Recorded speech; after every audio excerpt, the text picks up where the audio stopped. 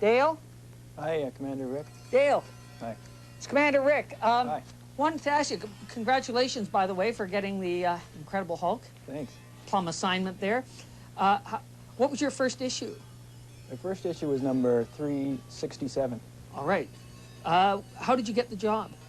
Well, people at Marvel had seen some work I did for another company, and they phoned. Well, they didn't phone me up.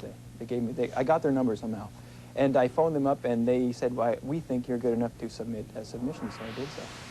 And then it built from there? Yeah. Do you have any advice for comic book artist or someone who's interested in breaking into comics as a writer or an artist?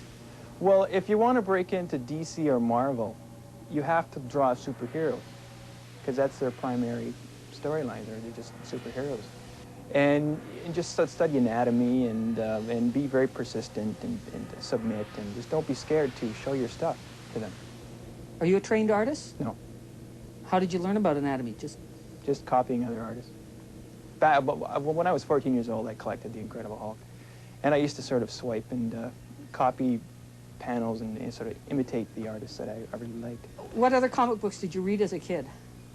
I read The Avengers, Fantastic Four, all kinds of books like that. But the Hulk was my favorite. Were you a nerdy kid who wished you could beat the tar Yeah, out I of was. people? Yeah, I was a nerdy kid. I still am.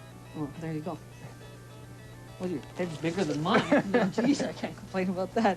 How do you work? Do you have a studio at home? Yeah, I have a studio at home, and I work at home, and I keep my own hours, and I do all kinds of fun things. How many hours a day do you work? Anywhere between 8 and 16, depending on what kind of mood I'm in. Sometimes I just don't feel like drawing, but then other times I do. Now, on The Incredible Hulk, you're the penciler, right? Define the role for me. The penciler basically takes the plot that is mailed to him or given to him, and he basically translates the words into pictures with a pencil. So you never meet with the writer? The story comes to you? No, I talk to him on the phone, and he describes upcoming issues and tries to get me as excited as he can. And yeah, I've never met him, though. What's the current Hulk plot line that you're working on? The current plot line is really exciting. The current plot line is basically the return of the Green Hulk, because he's been gray for about the last 3 years, and finally the Green Hulk is back. Describe the differences between the Green Hulk and the Gray Hulk. Well, the biggest difference is in size, and the Green Hulk... Well, who's bigger? The Green Hulk is bigger. The Green Hulk is 7 feet tall. He weighs a half a ton, and he can press, so he can lift about 100,000 pounds, or 100 tons or something like that. Whoa. The Green Hulk can. And that's without steroids, okay? Whoa, he should be on a Bulgarian weightlifting team or something. The Gray Hulk is? The Gray Hulk is 6'8". He weighs about 800 pounds, and he can lift about 3/4 of that. Now, what sets off the Green Hulk and what sets off the Gray Hulk? How do they appear? Well, Bruce Banner turns into the Green Hulk when he becomes, just like the TV show, when he becomes excited, angry, or both. And the Gray Hulk? The Gray Hulk, he transforms into the Gray Hulk at night when the sun goes down and the moon comes Always at night, or yep, just? Always. So what's going to happen in the issues is there's going to be 3 personalities existing at the same time. So when Bruce Banner gets excited during the day, he'll turn into the Green Hulk, and then he'll turn back into Bruce Banner. And then when the sun goes down and the moon comes up, he'll turn into the Gray Hulk. So there's going to be 3 separate personalities existing at the same time, which is really exciting for me. Can you describe the transformation into the Green Hulk, how it takes place? Well, what happens is, right now there's only 2 personalities. There's Bruce Banner and the Gray Hulk, and it's been like that for about 3 years.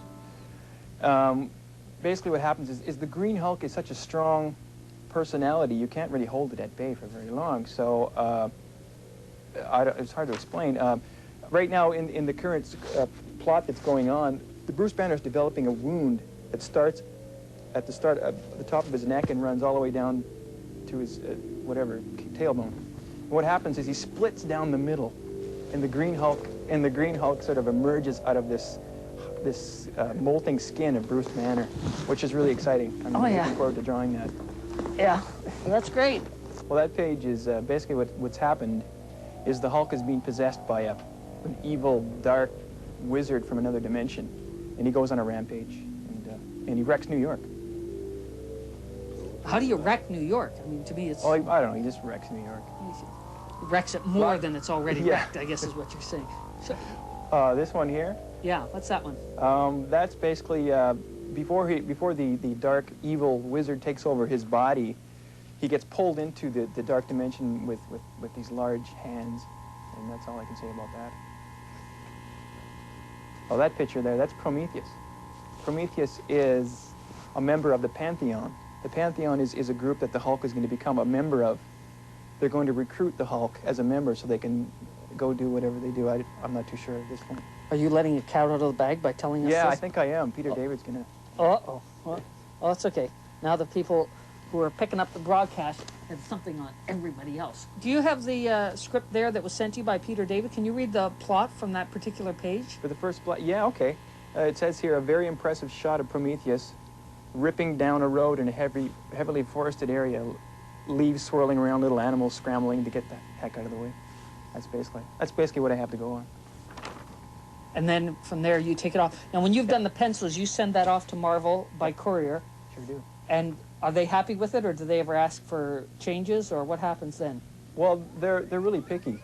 If they don't like something, they won't hesitate to send it right back and tell me to do it again. But so far they've been actually very happy with the stuff that I've done. Thanks for writing me. Thanks for the mail. Thanks for the faxes. Thanks for the phone calls. Thanks for the communication. Speaking of which, I think they're starting to jam me up here. Listen, I've been up here 8 months now. When I started out, these pirate broadcasts, comic books were for kids, science fiction was for nut bars, and the Berlin Wall was up, and Nicolae Ceausescu was eating 3 square meals a day. Things are changing. Earth Day, comics being turned into movies, movies being turned into comics. Science fiction is being taken seriously. People are talking about the issues, and people are doing something about the issues. I'm not taking credit for any of this, not at all. I'm just saying I'm glad it's happening. You're down there, you can do something about it. You can help the wave build. Get up off your duff and do something. Get involved. There's a lot of ways to get involved. Care about the planet. It's the only one we got.